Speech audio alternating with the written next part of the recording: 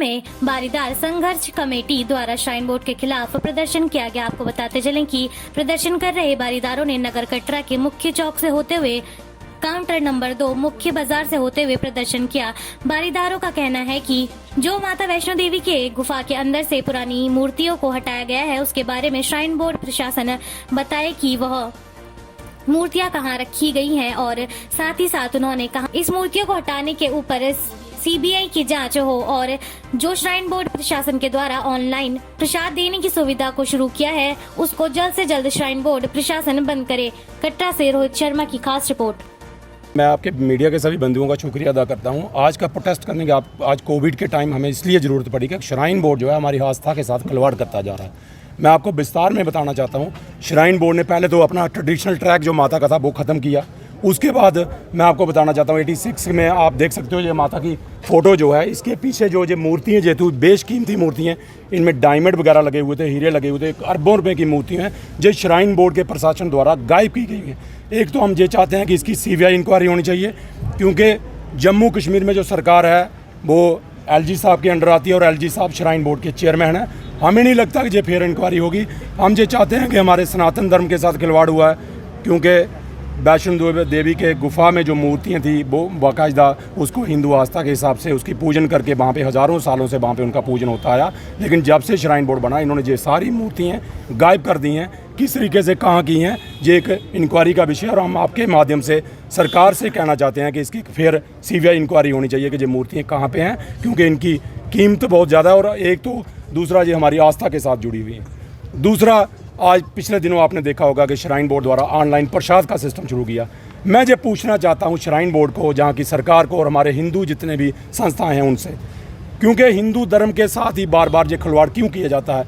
कहाँ पे लिखा हुआ है कि ऑनलाइन आप प्रसाद दोगे, पैसे के साथ प्रसाद दोगे? ये जो कर रहे हैं जी, हम जब हद हो गई जी, हमें अभी बर्दाश्त करने के लायक नहीं है, इसलिए हमने ये प्रोटेस्ट करना जरूरी समझा।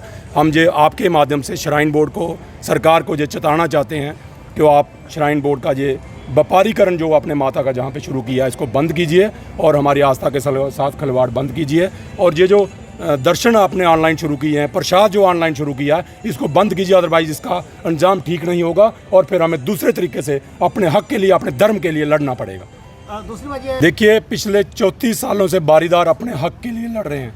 पहले तो जहाँ पे मुस्लिम मज़ाटी सरकारें हुआ करती थी, उसके बाद जब 370 टूटा, हमें एक उम्मीद बनी कि जो भाजपा सरकार, हिंदुओं की सरकार, हम हिंदुओं के बारे में कुछ ना कुछ सोचेगी, लेकिन अभी तक हमारा कुछ नहीं हुआ।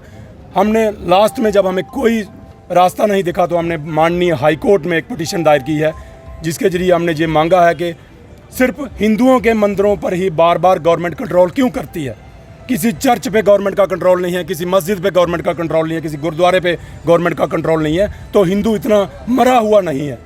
आप बार बार हिंदुओं के साथ ये खिलवाड़ करोगे, हम कतई बर्दाश्त नहीं करेंगे। और हमने माननीय हाई कोर्ट में ये पिटीशन दायर की है। हमें माननीय हाई कोर्ट पे पूरा भरोसा है कि हमारे हक में फैसला आएगा। और बारीदार पुजारी जो सदियों से वहाँ पे माता रानी की सेवा करते आए हैं, मैं विस्तार में आपसे बात करना चाहता हूँ कि बारीदार वो लोग थे जो बारी बारी, जब वैष्णो देवी में कोई चढ़ावा नहीं हुआ करता था, तब वैष्णो देवी में यात्रा नहीं आती थी, जिस सराउंडिंग वैष्णो देवी की पहाड़ियों के सराउंडिंग रहने वाले जो बारीदार हैं, जे माता की वहाँ पे सेवा करते थे, वहाँ पे पूजा करते थे, उन लोगों को बारीदार बोला जाता है। उसके बाद राजा महाराजाओं ने वहाँ पे जब सोने की मूर्तियाँ, छत्तर वगैरह चढ़ाए थे, उन चीज़ों की रक्षा के लिए जो बारीदार वहाँ पे रक्षा करने के लिए बारी बारी जाते थे, उनको बारीदार बोलते हैं।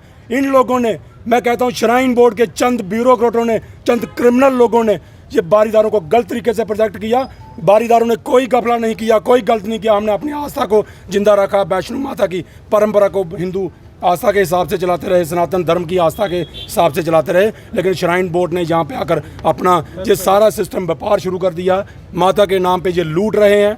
सारे ब्यूरोक्रेट इनके साथ मिले हुए हैं, पॉलिटिकल लोग इनके साथ मिले हुए हैं, और गरीब लोगों को जहाँ पे कोई सुविधा नहीं है। श्राइन बोर्ड जहाँ पे एक घोटाला बन चुका है और बहुत बड़ा फ्रॉड बन चुका है। मैं माननीय मोदी जी से आपके माध्यम से कहना चाहता हूँ कि श्राइन बोर्ड की सीबीआई इंक्वायरी करो, और जो लोग भी करप्ट इसमें थे पूरी इंक्वायरी होनी चाहिए और उनके खिलाफ FIR, और जब तक हमारी मूर्तियों की चोरी की FIR नहीं होती तब तक हम प्रोटेस्ट शुरू रखेंगे।